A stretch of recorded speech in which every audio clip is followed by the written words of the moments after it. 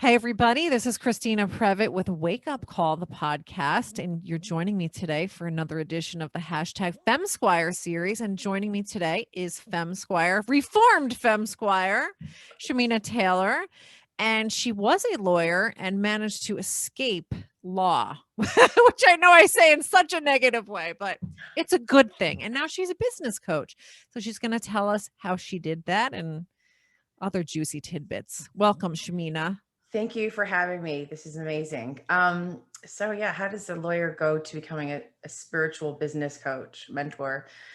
Well, let's bring it back to like really quickly, 2013. I was January 9th to be exact. I was on a yoga mat and I was there because my girlfriend was having her class filmed on TV. And of course, being the lawyer in me, I wanted to be on TV. I also wanted to be the best performing student, but I had done about like 3 yoga classes at that point. But I went in there with like my cutest Lululemon. I was going to kill it. I was going to be the star of this B-roll that they were videoing. And halfway through, she had us go into like this move, like this pretzel move. She was kind of showing off, making us go up and down. I'm like, you don't need to make us do all of this. And as we're in this move, she's talking about, you're living your life over and over again. Are you really happy? And I started feeling this pain come over me. And I'm like, what is happening? My hips were getting really tight, and being an overachiever, I was going to push through that pain because that's what I did. And I was a bodybuilder. I still am. And that's what I was trained to do. You just push through the pain. And as I was pushing through the pain, it started becoming so excruciating. It turned into like emotional pain. I don't know what really happened, but I literally had like the biggest like breakdown of my life on this yoga mat, where I started hearing what she was saying. I'm like, was I really happy? Was I living every day to my fullest? Was I happy with all the success? Like I had so much material wealth. I had so many achievements, and yet I was still missing something. I was still unfulfilled inside. There was something missing inside of me. And in that moment, it's like my whole life was like the facade. It came like crashing down, this, perfect marriage, 2 kids, traveling to Europe, having my own business. I had every material wealth you could desire. And in that moment, everything got dismantled. And about a month or so later, like mutually agreed, my ex-husband moved out and he never moved home again. And it was the beginning of my awakening. I realized that there was something that was calling to my soul that was much deeper than what I was allowing, because I was in such hard masculine achievement mode, performing. I didn't realize that there was something else that I was meant to do in this lifetime. So something was calling to me to wake me up. And this was my big wake up moment. And I literally spent the next 3 years in what I'd call monk mode. I was celibate for 3 years. I was in deep spiritual work. I realized the life that I created was not what I was identifying with anymore. It was a huge identity crisis. I kept my house and my 2 kids, and I had to literally start my life over again. It was Well, let's crazy. give people some context. What were you doing for work at that time? You were a lawyer. I had my own practice. I was a, real estate attorney, contracts, and the market was kind of, we had 2008 and the market dipped, and that, I still maintained, I still had people coming through, but, mommyhood was taking over. I was trying to run my business still with my kids, and I was doing it all because I could do it all. That's what we're programmed to do. And my practice was thriving. It was great. I was doing wonderful, but I wasn't happy. It wasn't fulfilling me. Like something was missing. Like there was nothing more that was adding to it. Like I couldn't buy anything else to make me feel better. I couldn't get out of where I was. And so, I was a shopper. I'd go out drinking. I would exercise. I had like, I was perfect body, but something inside of me needed healing. And so in that moment, I realized that's what the work I needed to do. I'd like blocked all my emotions because I'm in such overachiever mode, perfection mode, excelling. And when you become a lawyer, you are a high achiever. You're going through that. And as a lawyer, most women that I know that are lawyers, they're in this, thriving goal setting energy, which is pure masculine energy. And I wasn't tapping into this feminine energy within me, which is what my spiritual awakening was bringing me. And I spent years, it's been about 8 years now since that moment on the yoga mat. And I had this complete transformation. I knew there was something calling to me, and I knew I was going to be a great leader in this world in some way and help other women awaken to the calling within them. We think because we went to school for so long and we had this career that we have to stick to it. And that's what was a really hard moment for me, to release that identity, the achievement, and being able to, merge into this new area. And I am so happy that I have, because of the experience I've had and the healing work that I've done, I've realized I am like, this healer extraordinaire who's still a badass. Like, I'm still a boss. Um, and I'm helping other women awaken to their, fulfilling purposes within themselves. I work from women who are starting their business all the way to multimillionaires who are looking for something else that's missing, because the fulfillment doesn't come from work. When you start going on a deeper level in your soul and you're looking for something that's really, just lights you up every day, you're just like, I don't want to go to work. I was a complainer. I like gossiped, I blamed, I had all the makings of a victim, because I was in my victimhood, even though I was a high achiever. And going through this process, I realized how much easier life is right now. It's like flow based, falling back into my feminine. It's just a beautiful thing. And I'm making way more money now than I ever have before, and working way less. Well, let's dig in a little bit here, because you're moving fast. Are you sure you're not from Jersey? East Coast side, Well, yeah, and just so our listeners know, you're from, you said Chicago, right? I'm from Chicago. I was originally born in Toronto. Okay. So, all right, you're not that far from us. No. From us Jersey girls. But why did you become a lawyer in the first place? So here's the thing. I think I was talking to my mom about this not too long ago. She's like, ever since you were 8, you're like, I'm going to be a lawyer. She's like, you just were always argumentative. You just always spoke up. And I think the thing of why, I don't know, I can't speak for other attorneys, but I just always had an opinion, and I was like, going to say it. And people were always trying to shut me up, and like, that wasn't going to happen. I was going to say what I had to say. My throat chakra is wide open. And so I teach other women to like open that bitch up, like just keep talking, say what you got to say. And so I've been like that throughout everything. And to me, I was advocating for other women and other people who couldn't speak up in a lot of ways, because I had this trauma that I was dealing with. And I was always there for the underdog. I loved serving people. I loved help. I actually ended up in real estate. I didn't even know. I was starting personal injury, and then I ended up in real estate because I loved the feeling of people getting their first homes, like just that feeling of this new monumental experience in their life. And many of the people that came to me were first time home buyers, and they were on a thread sometimes trying to put together that deal. And I closed all my deals, all of them. And I did foreclosures before foreclosures were a thing. It was like the hype back when. And I loved doing what I did. I could work from home. I could have my babies. I was my own boss. I could go to the office if I wanted to. There was so much flexibility. What was the trauma, if you want to talk about that? Well, I had some physical abuse from a family member when I was younger. It was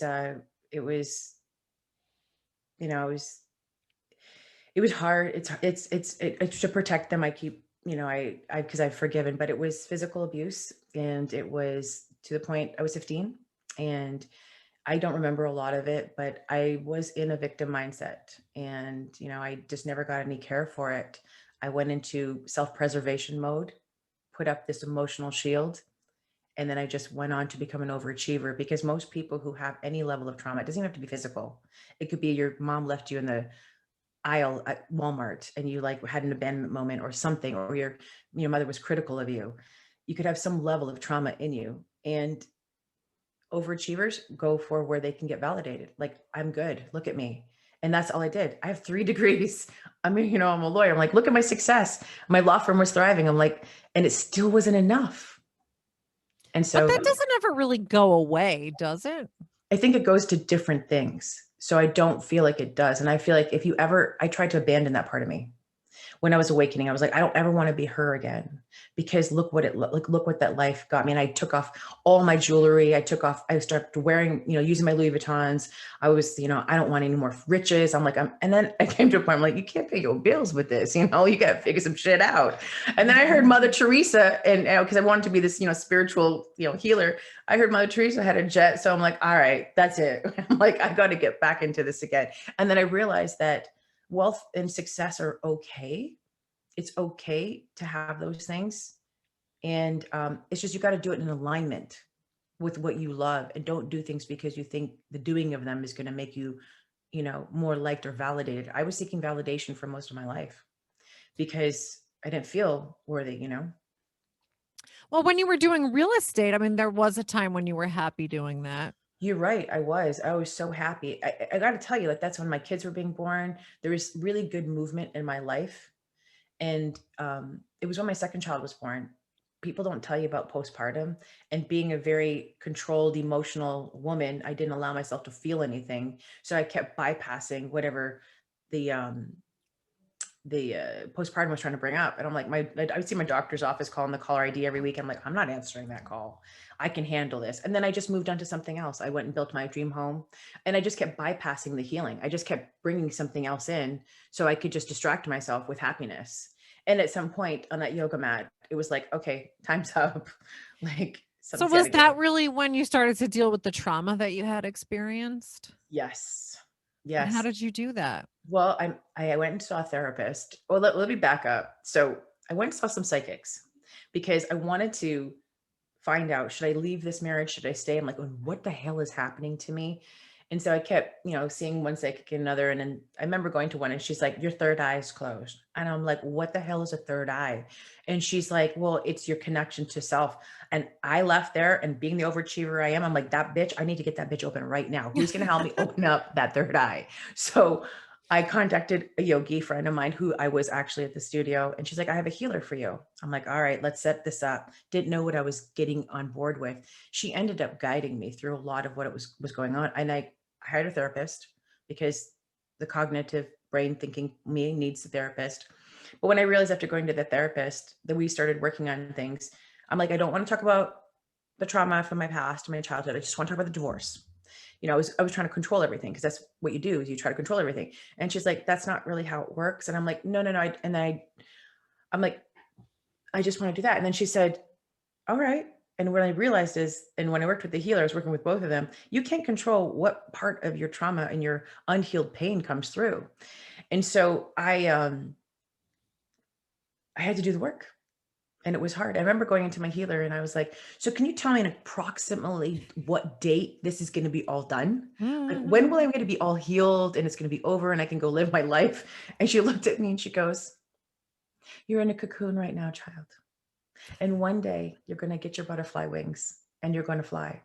And when you have your transformation, and I swear to God, I was like, when is this date? And then I just kept seeing butterflies. I'm like, it's coming soon. And really, it was a moment that in my life where I started connecting to spirit, and spirit was like, you need to sit your ass down and surrender to this process. And so fast paced me had to just slow it down. So then when did you start thinking that I don't want to practice law anymore? I want to do something else? When I started teaching people what I knew, I saw a huge shift in their life. I was like, wow, that was powerful.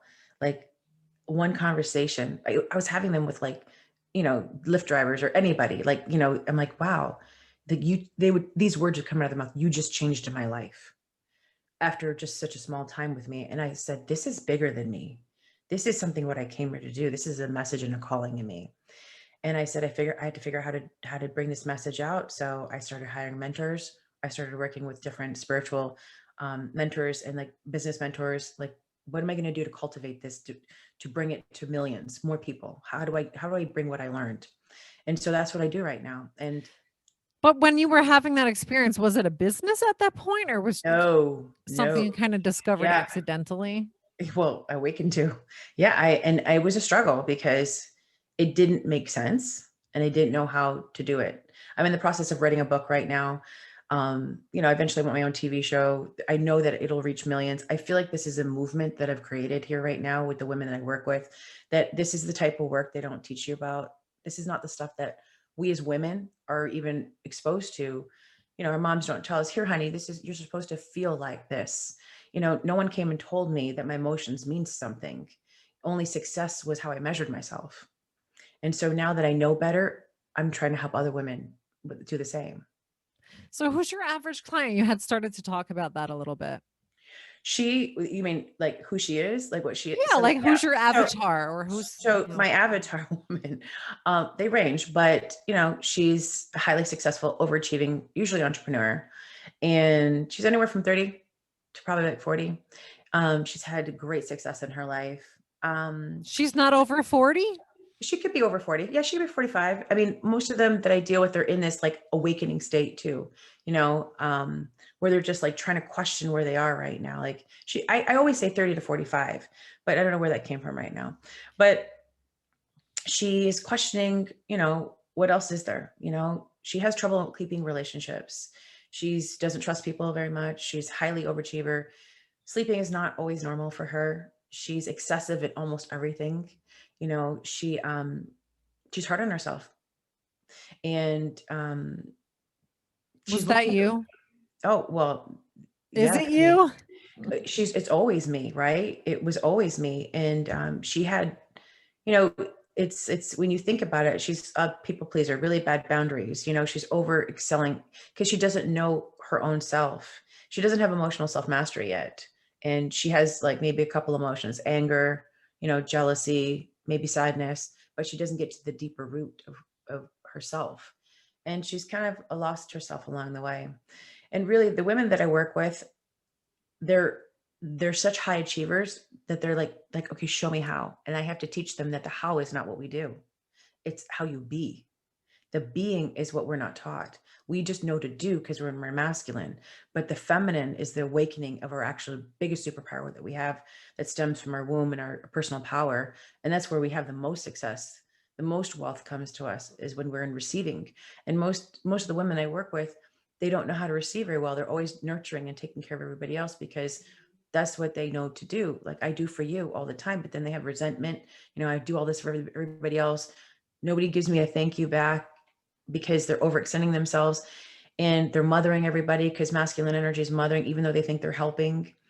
And I did this, and like they're emasculating their significant other because they're telling him what to do. And, and then they're like, I want to throw me up against the wall, but then you're emasculating the man you're with because you're telling him exactly what to wear down to his underwear and what, and so you're not allowing his masculine to rise. And us as overachieving women, we don't even realize that we're doing that on a regular basis all the time because of how we're wired. Yeah, I can relate to some of that. It's hard. You can't control everything. And trauma is like control is a side effect. Like I need to control my entire environment. So it's safe for me. So even down to friends, don't do that to me. Don't talk to me that way. Don't annoy me. And that's not emotional mastery. Like I used to do that. Emotional mastery is now, well, it doesn't matter what you say, even if you trigger me, I'm going to choose how I want to feel right now. So I like self-regulate myself so fast. This is what I teach about. So then that you're in your power all the time. You're in a different type of power. You're not in hustle mode. You're in like this divine feminine power. That's interesting. What is your sign?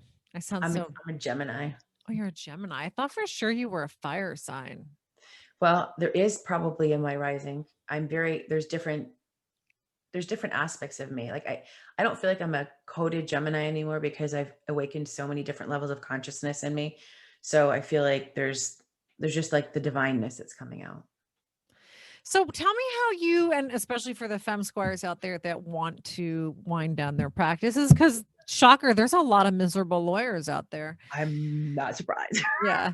And so what did you just cold turkey close down the firm, or did you transition? Did you kind of dip your toe in the water of the coaching business and wait until that was going and then stop the No, I actually had money saved up. And so I literally pulled the plug.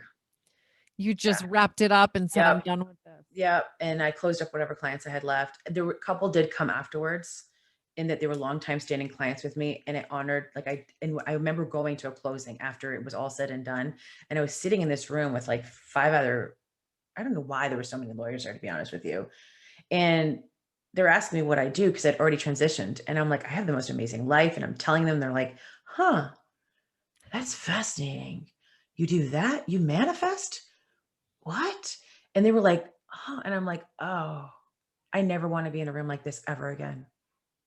I'm Yeah. like, I needed to go back to that so I never have FOMO, or I never be like, did you make the right decision or wrong decision? It was like another confirmation, like we out, like this, like peace, like Yeah, I'm I mean, done.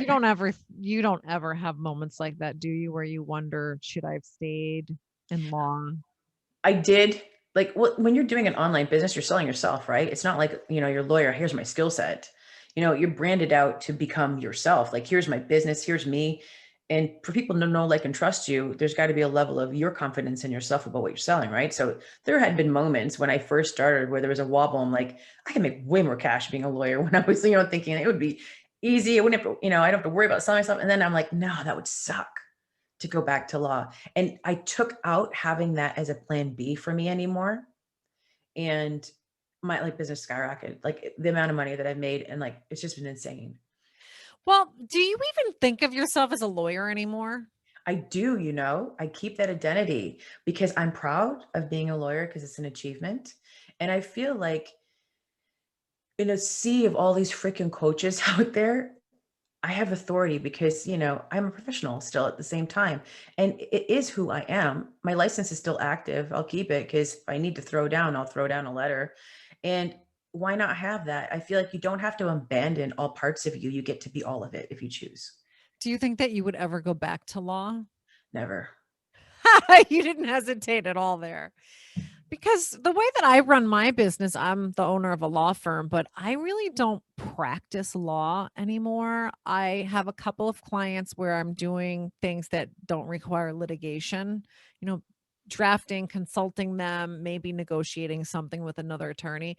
But if it ever goes beyond that, if there's ever a motion that has to be filed, and this is divorce work that I do, so it's a little different than real estate, but I don't get involved in litigation ever. I just don't do it anymore, and I couldn't be happier. I have absolutely no desire to ever go to court again. It just doesn't light me up. And I've noticed that when I go to bar events to, because I'm obviously my license is active and I have to go to CLEs and get my training for Uh-huh. that. Same. Yeah, so yeah, you have to do that. I'm going to ask you about that in a minute, but I feel different than my peers, my colleagues, because they're just in such a different headspace, a lot of them, because they're still in it. Yeah. They can talk about is law. It's like they can't talk about anything else. They talk about cases and, oh, well, I went to court and this and that happened. And what do you think? And I'm not there. It's like, it's not interesting to me. I don't really want to talk about it. I'm more interested in, what did you do this week to change your life or to Exactly. move you towards a goal? Like, that's what I want to talk about. Yeah. Same. So tell me how you feel when you go to those CLE So classes. I do everything online. So Yeah, I well, did, everybody's online now. yeah, I did everything online, but I did go to bar events because I have a couple of attorney friends in the city and they're like, just come on, come to an event. And he was like, the head of the Latin Bar Association. So he was like, come on, just come on, come on, come on. I'm like, all right. I went and like all these judges dudes were coming out to me because I'm just like when you're awakened, you stand out in a sea of crowd of like men, like because then they're like, oh, there's the feminine. Who is that? And I'm like, all right, back up, man, back up. You become so magnetic to everybody. But going like this is a true story. I walked into this bar association event and they were like coming, these judges were coming out of where do you work? Who are you? And I had I just really didn't, I was like, where's the food? I'm like, I was like, give me a drink. I was like, where's the food? And I'm like, Martin, I came for you. Like, when can I leave?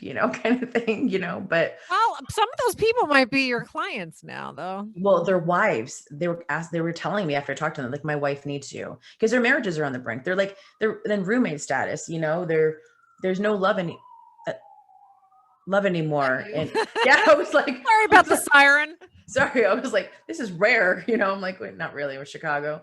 But they don't have this commitment level anymore. They're just roommates. They don't have fulfillment anymore. And lots of cheating happens. This is why divorce happens, because there's not this emotional mastery where they're healing their wounds, and people are reparenting, marrying guys that are like their husbands. Sorry, that they're like their fathers, and they've got the father wound, they got the mother wound, and they don't even realize why this relationship is ending. But it's really, it's deep healing work that has to happen. Yeah, our parents really fuck us up, don't they?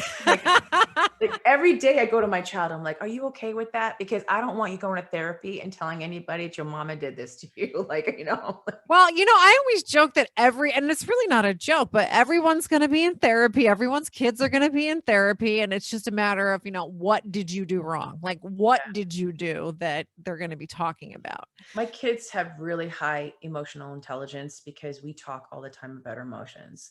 And so my little daughter, she's just a spitfire. She's got such high emotional intelligence, like her self mastery, learning like what her emotions feel. And I mean, she's a Cancer, so she's highly emotional. So, but she learns, okay, this is how I want to feel.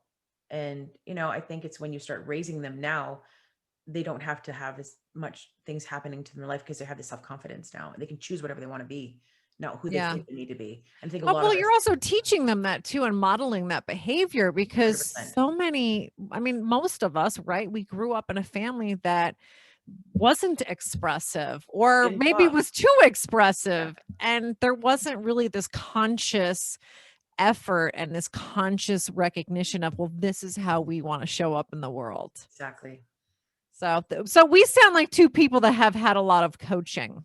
Oh yeah. Well, I haven't had a lot of, I've had mentors when it comes to spirit, work, but spirit has been my guide, to be honest with you. For the first time in my life, when I was awakening, I started seeing 1111. I was taking screenshots of everything, and I'm like, what is happening here? My psychic abilities started opening up. And being a lawyer, I needed evidence of stuff. I had 30,000 pictures on my phone when stuff was happening because I would think a thought and then it would show up, or I'd ask for something, it would show up. I'm like, this is crazy.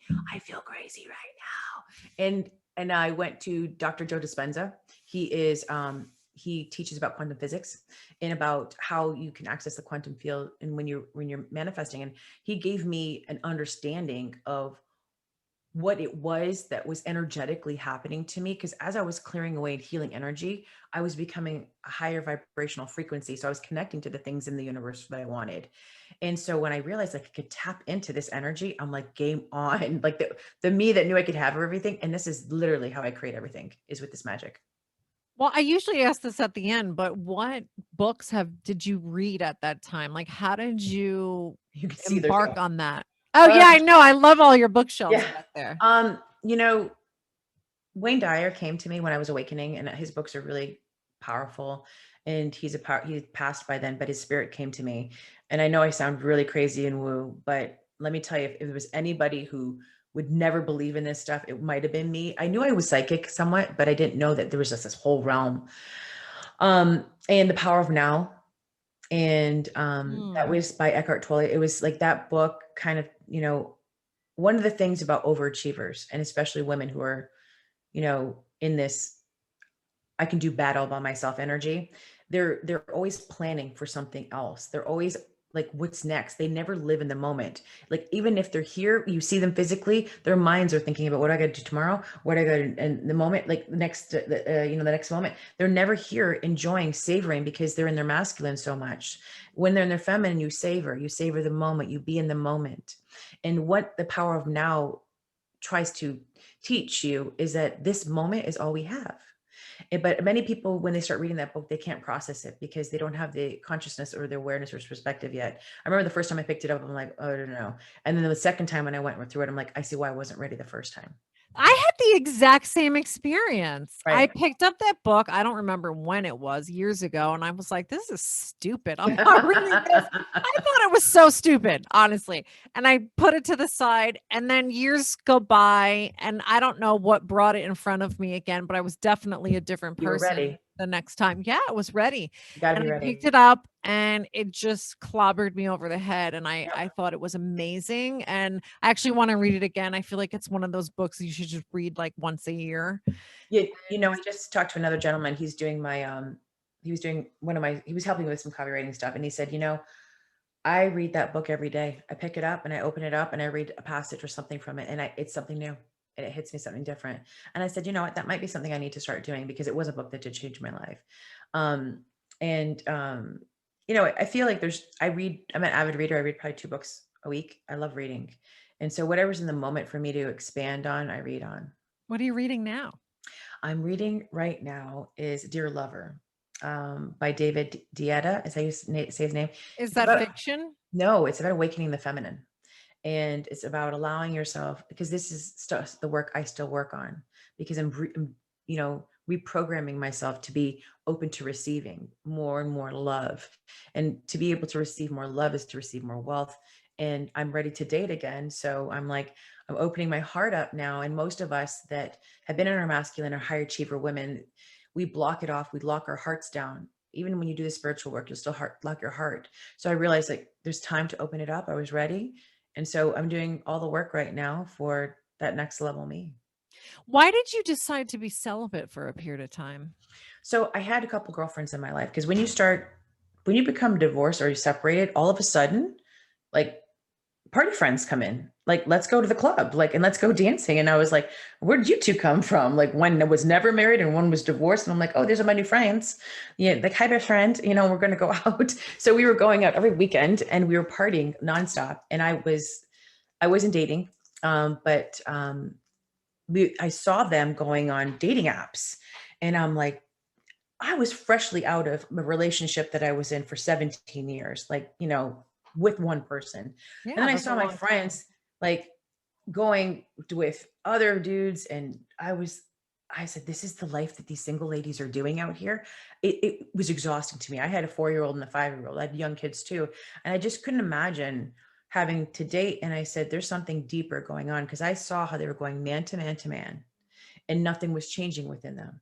I said, I could do a codependency thing and go meet somebody else, because I had so many offers at that time. Because as soon as they're like, she's free, let's come in now. Like, they came out of nowhere. I'm like, what? Like, SOS was sent out or something, like the signal.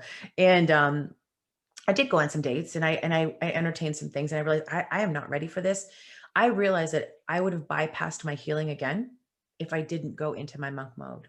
And I didn't want to use another relationship or another event to take me out of the thing that I needed to work on. And I saw how these other women weren't that very happy, and they were settling for other Yeah. relationships. I also saw other friends getting married on their second marriage after 2 months. After 2 months of knowing each other, they're all of a sudden in this deep relationship, and they were married for 20 years. I'm like, you need to go do your healing work, babe. At some point, this marriage is going to come back at you. So I didn't want to be that statistic anymore. I was already one being divorced. I'm like, it's time to change my timeline, my daughter's timeline, and everybody that I'm around. How old is your daughter? She's 13 right now. Oh boy, just getting into the teens. Oh yes, and the boys and all the things, and yeah. Although I think they're more advanced now. They're sort of like teenagers before really they're 13. 100%. 100%. She's also experiencing now, like, girls that are coming up to her, and like, your friends are, you can't be too pretty. And it's just that same stuff this is what starts when, like, women who are lawyers, they have this drive in them that are different than other women. They have this, we are too much for a lot of people. We speak our mind, but as a young age, we're told not to be that way. We're told fit in more. And this is where you asked me why I became a lawyer. I was always speaking up. I think there's a common thread for many female lawyers. We have this fire in our belly, that we have this different type of energetics than maybe somebody who's going to be a doctor. And so her friend that she was just newly hanging out with, I guess they hung out, and a boy liked my daughter and followed her on Instagram. And the friend got upset, and she said, why did he follow you? And she's like, I don't know. I don't even know who he is. And she's like, I was talking to him. And my daughter's like, listen, you can't be mad at me. You're allowed to be jealous and upset, but you can't be mad at me because I didn't do anything. And she blocked the kid.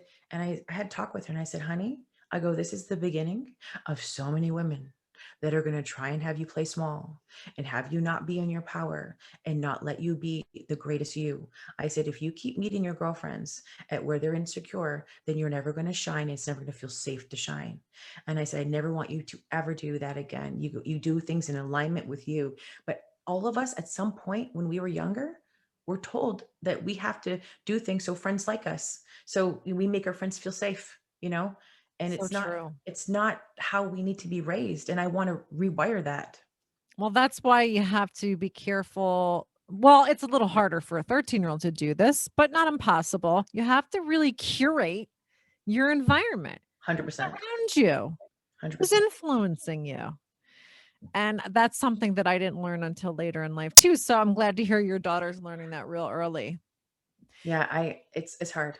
Talk to me a little bit about, and then I know you have to run because we both have appointments, but tell me, can you talk a little bit more about this feminine versus masculine thing? Because you've said it many times. Sure. It was like a brand new world to me. I had no idea. So when most overachiever women, and I'll find that I can actually look at a woman and I can tell you right now if she's in her hardcore masculine. I could see it in her face, how she What am I dresses. in? You're a mix. You're probably a little bit neutral. You sway in both a little bit. I think you're moving to your feminine a little bit more, but you still have you still have some healing to do. Like I could see that in you. And and I read this on people, and don't take offense to it. I still have healing Not at to do all. too, and it's never done this work. And that's a thing that I realized, like when I was asking the therapist, I'm like, so when's this gonna be over? It never was the answer. Never was the answer. She didn't tell me that shit. That would have scared you off for sure. Hell yeah. Never, woman. You're going to be forever awakening your consciousness as you're in your human experience, Um, but I can tell their sexual position. I can tell everything about this woman that I work with and how unfulfilled she is. I can tell that her best sex that she has with a man is like, oh, we've got this deep connection. He knows me so well, but she doesn't open her heart to him, but she thinks she loves him. And it's like trauma sex, because when you're in your masculine, you never open your heart to anybody, really. You let people in on little increments. And vulnerability is really hard. I don't ever want to be vulnerable, because if I'm vulnerable, I look weak. And if I'm weak, then I'm not strong. And then you can take advantage of me. So they have a shield. They wear masks. They have this persona that they create. In the feminine, she's healed through a lot of things. She realized it's safe to be who she is. She realized that she's had a rough road, and that's okay. It makes the recipe of her beauty. She also knows to lean back and trust herself, listen to her intuition in a way she never has before. In the masculine, you're always trying to do, conquer, move, create. How do I make it work? How do I make it work? It has to work. In the feminine, oh, I know it's going to work.